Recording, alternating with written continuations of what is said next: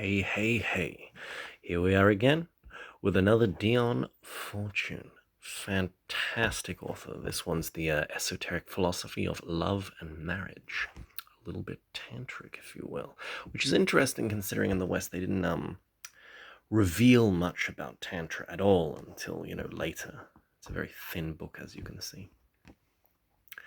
Yeah, the tantric, or I don't know what you call them, sexual alchemical teachings, they're not really seen much in the West in the early days, or if they are, they're very veiled, like, like a one reference here and there. Anyway, the table of contents you can see. It's quite a good book for what it's got. It's quite packing, the origins of matter, origins of man, evolution of man, 7 planes of existence, sevenfold man. In these chapters, she basically kind of goes through, it's like if you want to understand sex, you need to understand the whole of creation. But she kind of lays down this cosmology of the 7 planes, highest being the spiritual plane where, your first spirit, your monad descends, and then around your monad, this matter kind of builds up around it, kind of clothes it with a spiritual body, if you will.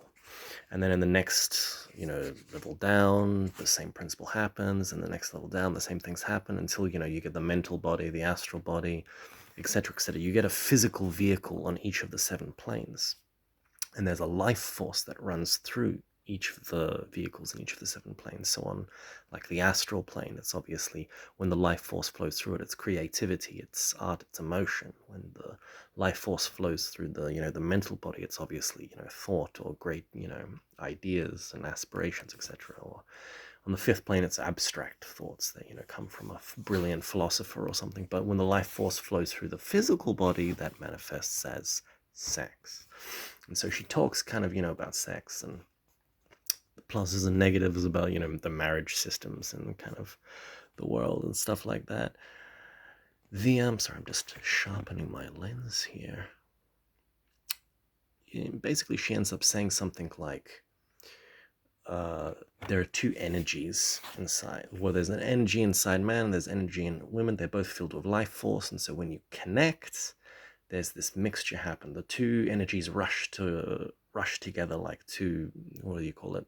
Like when a dam breaks, water rushes. And if you think of 2 bodies of water rushing towards each other and striking each other, what happens? They usually creates a vortex or a whirlpool. So this whirlpool then moves up the dimensions, up the 7 dimensions, and then has an effect. It creates this energetic circuit. So she basically frames sex as actually necessary for spiritual development. And, abstinence is actually something of a bygone time.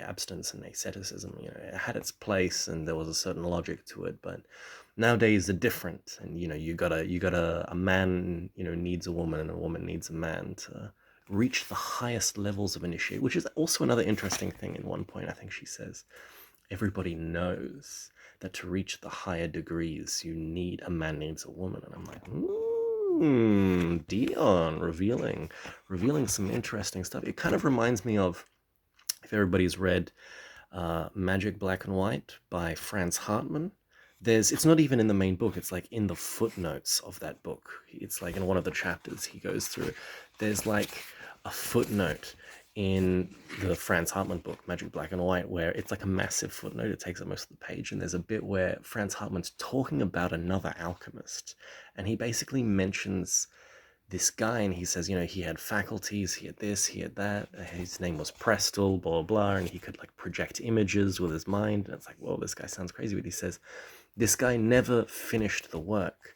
And in his own words, he said, because he could never find a woman pure enough to complete a certain alchemical process. And I was like, oof, sulfur, mercury, man, woman, sex at sexy times. Yeah, hell yeah.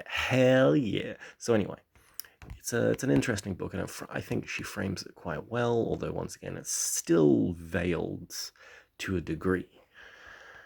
She gives some good explanations, though. I mean, obviously nowadays you can just buy a book on like White Tantra or, Cupid's Poisoned Arrow or Mantak Chia book, but which actually gives you something practical. But once again, esoteric philosophy, not esoteric practicality and love and marriage. But nonetheless, it's a good book, and it's thin, about 91 pages. You could probably read it over the weekend. Highly recommend.